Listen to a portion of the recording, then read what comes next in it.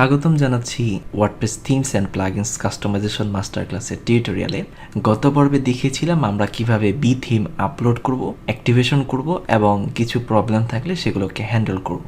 So আজকে দেখাবো BeTheme নিয়ে কাজ করার পূর্বে আমাদেরকে সাইটকে কিভাবে একটি পূর্ণতা দান করতে হয়। সো বেসিক্যালি একটি ওয়ার্ডপ্রেস সাইটে আমি আগে বলেছি যে থিমসের পাশাপাশি কিছু প্লাগইনস আমাদেরকে বাধ্যতামূলকভাবে ইউজ করতেই হবে, যেগুলো হচ্ছে ফাংশনালিটি। সো আপনারা আগে যখন ওসিয়ান ডাব্লিউপি থিম নিয়ে কাজ করেছেন আপনারা খেয়াল করেছেন আমি অনেকগুলো প্লাগইনস কিন্তু ইনস্টল করে নিয়েছি ম্যানুয়ালি, মানে আমরা নিজেরা চুজ করে করে বাছাই করে করে, কিন্তু থিমের পক্ষ থেকে টোটালি কোনো প্লাগইনস দেওয়া হয়নি। কিন্তু এটা যেহেতু পেইড থিম আমরা ডলার দিয়ে কিনেছি, সো দেখবেন যে ওসিয়ান ডাব্লিউপির থিমের সাইজ কিন্তু একদম ছোট, 20-30-40 MB, এর বেশি না। কিন্তু BeTheme সাইজ আমরা খেয়াল করলাম যে 200-এরও বেশি। এটা আগে 300-400 MB পর্যন্ত ছিল, আস্তে আস্তে মডিফাই হতে হতে সাইজ কমে আসছে। যত আপডেট হচ্ছে তত বেশি সাইজ কিন্তু তারা কমিয়ে ফেলছে, কারণ হচ্ছে তারা সবকিছু এখন ক্লাউড ভিত্তিক কাজ করছে। সো বুঝতেই পারছি যে পেইড থিমের সাথে এমন অবশ্যই কোনো কিছু আছে যার জন্য আমাদের থিমের সাইজ এত বড় হয় এবং আমাদের রিসোর্সটা খুব স্ট্রং হয়। সো এইখানে আমাদের কিছু প্লাগইনস ইনস্টল করে নিতে হবে যেগুলো BeTheme থেকে দেওয়া বাধ্যতামূলক, নতুবা BeTheme কিন্তু এই প্লাগইনস ছাড়া আপনার সাইটে কাজ করতে পারবে না। বিভিন্ন প্রবলেম আপনি ফেস করবেন, যেমন ডিজাইন আসবে না, বিভিন্ন বাটন কাজ করবে না, পুরো সাইটটা এবড়োথেবড়ো অবস্থায় আসবে। সো কথা না বাড়িয়ে আমি একটু কাজে চলে আসি। আমি গত পর্বে এই পেজে ছিলাম, এবার আমি ড্যাশবোর্ডের পরে একটি অপশন দেখতে পাচ্ছি, সেটি হচ্ছে ইনস্টল প্লাগইনস। এখানে ক্লিক করলাম।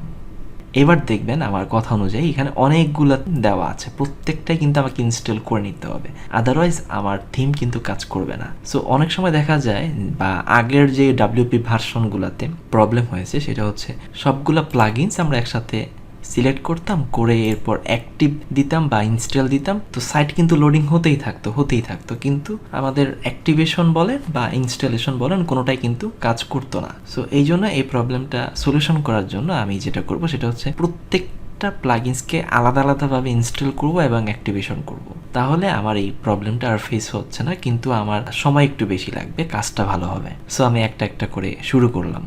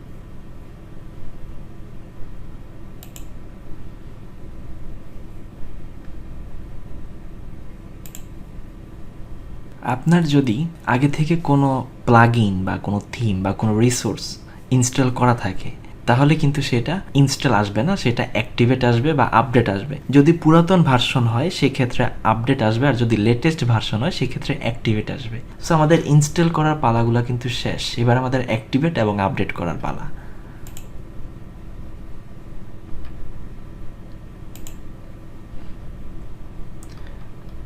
আমরা অ্যাক্টিভেট করে ফেলেছি, এবার আমরা এই প্লাগইনগুলোকে আপডেট করব। যদি এমন হয় যে কোনো প্লাগইন আপডেট করতে গিয়ে আপডেট হচ্ছে না, সেই ক্ষেত্রে আপনারা কি করবেন আমি সেটিও আপনাদেরকে দেখিয়ে দেব। প্রথমে আমি BeTheme হেডার বিল্ডারটাকে আপডেট করার চেষ্টা করি, দেখি সে আপডেট হয় কিনা।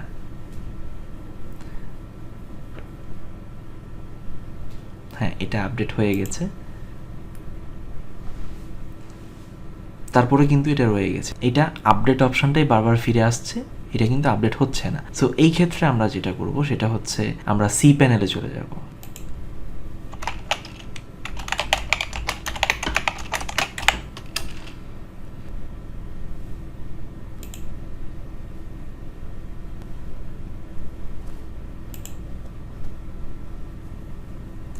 ফাইল ম্যানেজার,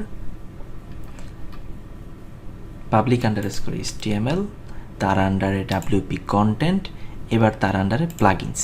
যেহেতু আমরা প্লাগইনস নিয়ে কাজ করছি, সো প্লাগইনস এবার আমাদের এইখানেই আসবে, সবগুলো এইখানে। আর আমরা হিডেন ফাইলগুলো হিডেন করে দিচ্ছি। ওকে, সো এবার আমি আপনাদেরকে ট্রিক্সটা দেখাচ্ছি যদি বারবার এই প্রবলেমটাই দেয় যে আপডেট দিলাম কিন্তু আপডেট হচ্ছে না। এখানে ভার্সন দেখুন, বর্তমানে ভার্সন আছে 1.0.5, আমার আপডেটেড ভার্সন হচ্ছে 1.0.7। সো এখানে BeTheme হেডার বিল্ডার এই প্লাগইনসটাকে আমাকে খুঁজে বের করতে হবে।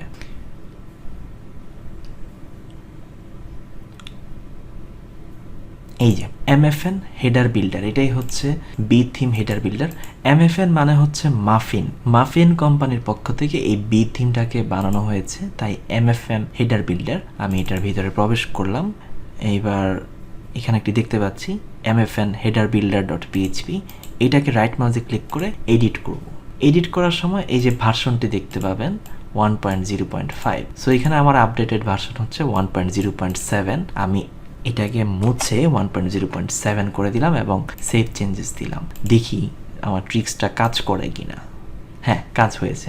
সো এবার আমি আপডেটের পরিবর্তে অ্যাক্টিভেট করতে পারছি। সো আমি অ্যাক্টিভেটে ক্লিক করলাম। এরপর লেয়ার স্লাইডার, এইটাও ঠিক একই অবস্থা।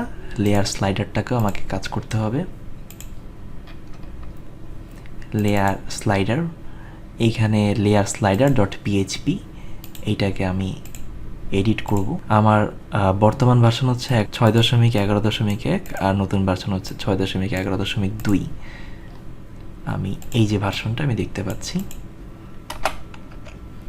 এইটাকে সেভ চেঞ্জেস দিব, ক্লোজ। আর স্লাইডার রেগুলেশন, তার আগে একটু রিলোড দিয়ে দেখি। হ্যাঁ, এইটাও কাজ করছে, অ্যাক্টিভেটেড। স্লাইডার রেগুলেশন, আমি স্লাইডার রেগুলেশনে চলে যাচ্ছি। এই যে রেব স্লাইডার, এটাই হচ্ছে স্লাইডার রেগুলেশন। তার আন্ডারে আমি যেটা নিয়ে কাজ করব সেটা হচ্ছে রেব স্লাইডার .php, এডিট। এইটাকে আমাকে ভার্সন দিতে হবে 6.2.22। 6.2.22। এবার সেভ চেঞ্জেস, ক্লোজ। দেখি কি হয়। অ্যাক্টিভেটেড। সেমভাবে WP বেকারি পেজ বিল্ডার, এইটা এখানে WP বেকারি পেজ বিল্ডার নামে পাবেন না, তবে আপনারা JS কম্পোজার নামে পাবেন। JS কম্পোজার আন্ডারে JS কম্পোজার .php, এখানে আমি ভার্সনটাকে আপডেট করে দেব 6.3-তে।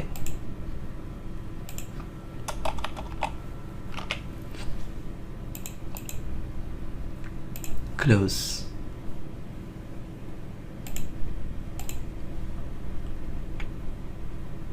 এবার অ্যাক্টিভ। আমি অনেকগুলো থিম নিয়ে কাজ করেছি ক্লায়েন্টের সাথে। সো বিভিন্ন সময় বিভিন্ন প্রবলেম আমাকে ফেস করতে হয়েছে ফ্রিল্যান্সিং লাইফে। সো আমি জানি বুঝি কিভাবে কোন প্রবলেমটাকে সলভ করতে হয় বা হ্যান্ডেল করতে হয়, এবং আপনারা কোন জায়গায় কোন প্রবলেমটা ফেস করবেন আমি সিরিয়াল করে এইভাবে আমি আপনাদেরকে প্রত্যেকটা দেখিয়ে দিচ্ছি। সো এইবার আমাকে যে কাজটা করতে হবে, এগুলাকে অ্যাক্টিভে ক্লিক করতে হবে। এগুলো অলরেডি যদিও অ্যাক্টিভেট করা আছে, তারপরও আমার আর কিছু করতে হবে না। এবার চলে যাচ্ছি প্রিবিল্ড ওয়েবসাইটে।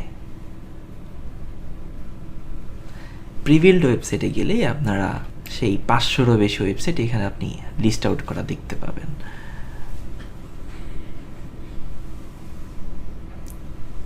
এখান থেকে আমি একটি সাইট চুজ করব, তবে তার আগে আরও একটি বিষয় আপনাদেরকে দেখিয়ে রাখি। এখানে সার্চ ওয়েবসাইট, এখন 500 ওয়েবসাইট আপনি কোনটা ইউজ করবেন আপনি তো খুঁজে পাবেন না। সো আপনাকে সার্চ করে নিয়ে আসতে হবে। যেমন ধরুন আপনি আপনার ক্লায়েন্টের একটা ওয়েবসাইট বানাতে চান যেটা হচ্ছে রেস্টুরেন্ট। আমি যদি রেস্টুরেন্ট লিখে সার্চ করি, এখানে রেস্টুরেন্টের উপরে 6টা জিনিস আমি দেখতে পাচ্ছি। রেস্টুরেন্ট 1 2 3 4 5 6। সো আমি এখানে রেস্টুরেন্ট ধরুন প্রথমটাই, এখানে যদিও আরও অনেক আপডেটেড জিনিস আছে, আমি প্রথমটাই নিলাম। রেস্টুরেন্ট এখানে ক্লিক করলাম। এরপর বাধ্যতামূলকভাবে আমার এখানে কি কি লাগবে সেটা হচ্ছে রেভলিউশন স্লাইডার এবং কন্ট্যাক্ট ফর্ম 7। সো এই দুটো আমার ইনস্টল করা আছে এবং অ্যাক্টিভও করা আছে। সো আমি যেটা করব শুধুমাত্র ইনস্টলে ক্লিক করে দেব, ইনস্টল এবং নেক্সট। এবার আমি এখানে সিলেক্ট করব কমপ্লিট প্রিবিল্ড ওয়েবসাইট, আমার সবগুলা ডাটা লাগবে। সো আমি যদি এখানে ইম্পোর্ট রেভলিউশন স্লাইডার ডেমো দেই, সো আমার ডেমো কিন্তু আপলোড হবে। যদি ডেমো ফেল হয়ে যায় সেই ক্ষেত্রে কি করব সেটাও আমি দেখিয়ে দিব। ইনস্টল,